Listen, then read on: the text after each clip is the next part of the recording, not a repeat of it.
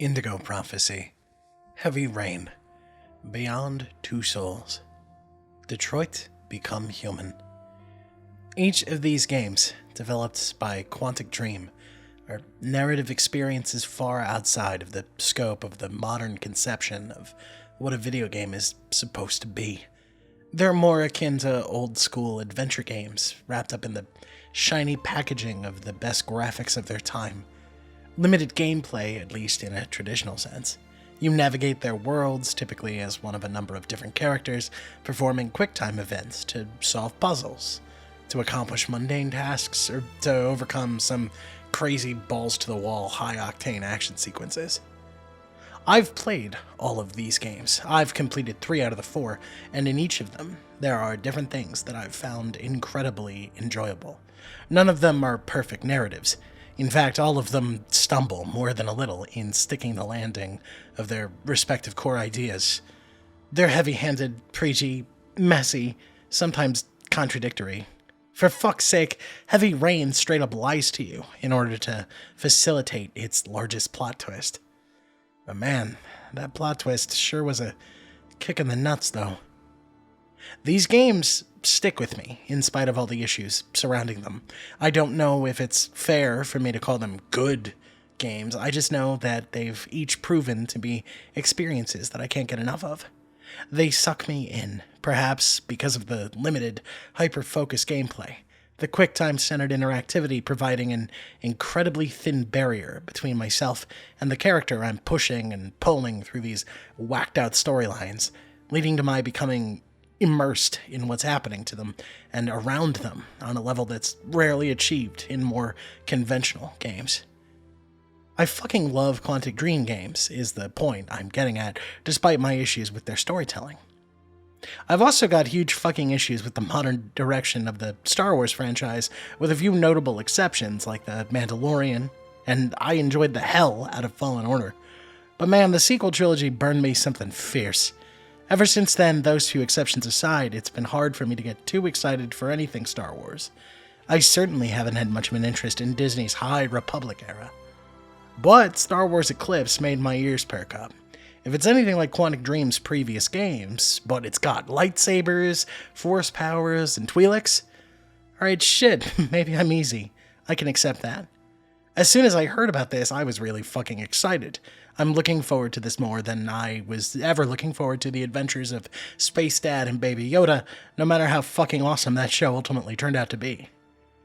There's just one problem. And its name is David Cage. David Cage practically is Quantic Dream. He founded the company. He's been writer and director for the 3 of those games I mentioned before that I finished and enjoyed. He composed the opening theme for Detroit, for crying out loud. He's also a gigantic piece of garbage. Just do a quick Google search of this guy and get back to me. I'm afraid if I repeat the things he said that have angered so many people, or even show them on screen, the reach of this video is going to get curb-stomped into oblivion. And I know it's cool to say that you create art for its own sake, but maybe I'm just a goddamn shill at heart, because I'd like for people to see this thing that I'm putting my time into fucking sue me.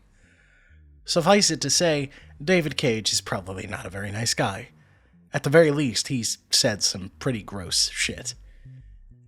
Pretty much as soon as the news dropped as to who would be developing this game, Blackout Eclipse started popping up on Twitter.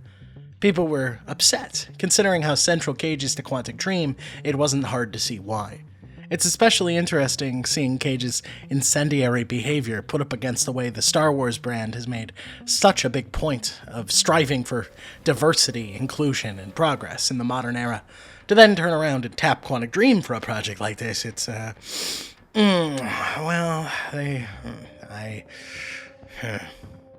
been a large push for people to not support this game, and it brings me back to an idea that I've long struggled with myself.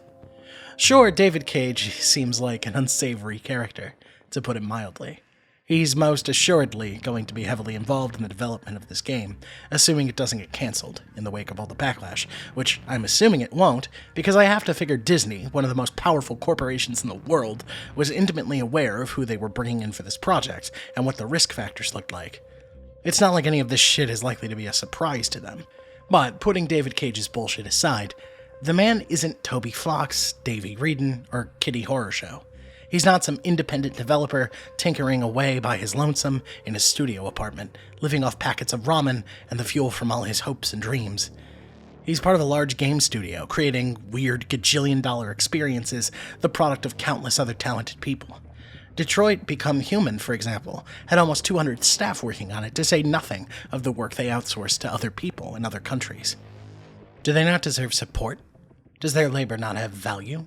Sure, they're working for David Cage, a man with harmful views, which surely affect his work, and have led to an allegedly toxic work environment, according to a lawsuit from 2018. But if you were able to land a job working at a studio like Quantic Dream, I imagine it would be hard to give that up, even if your boss is a piece of shit. Maybe you love and believe in the product you're working on. Maybe you cherish the relationship you have with your coworkers. Hell, maybe you're just scared to cut the tether, much less speak out, considering what a fucking cesspit mainstream video game development has objectively been proven to be, especially in recent years. Is it wrong of them to work for this man? Is it wrong of consumers to buy Quantic Dream's games, knowing some of their dollars will go to Cage? Is it wrong to enjoy their games, even if you find his behavior to be absolutely abhorrent? Here's where I stand on the issue. Firstly, as I've said, in spite of the many huge problems with each of Quantic Dream's games, I've enjoyed each of them an incredible amount. The whole reason I bought a PS3 back in the day was so I could play Heavy Rain, and even the voice acting in that game couldn't make me regret my purchase at the time. I don't share David Cage's views on women or the LGBT community. If I had complete freedom from consequence, I'd probably be ready to pull one of his own fucking QTEs, you know what I'm saying? But the whole point of life is the pursuit of experiences. The experiences I get from Quantic Dream's games provide comfort, escape, laughter, thrills, and joy. I love the fucking things. Sure, some of my money will support David Cage. That sucks.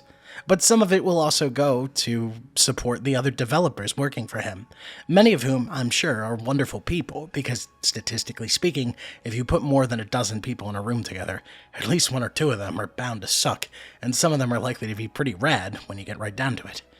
I don't know, it's a two-way street. Refusing to buy Cage's products perhaps makes a statement, sure. I think boycotts are legitimate and wonderful things. Fuck Kellogg's, for example. Don't buy their shit. Don't cross that picket line, people.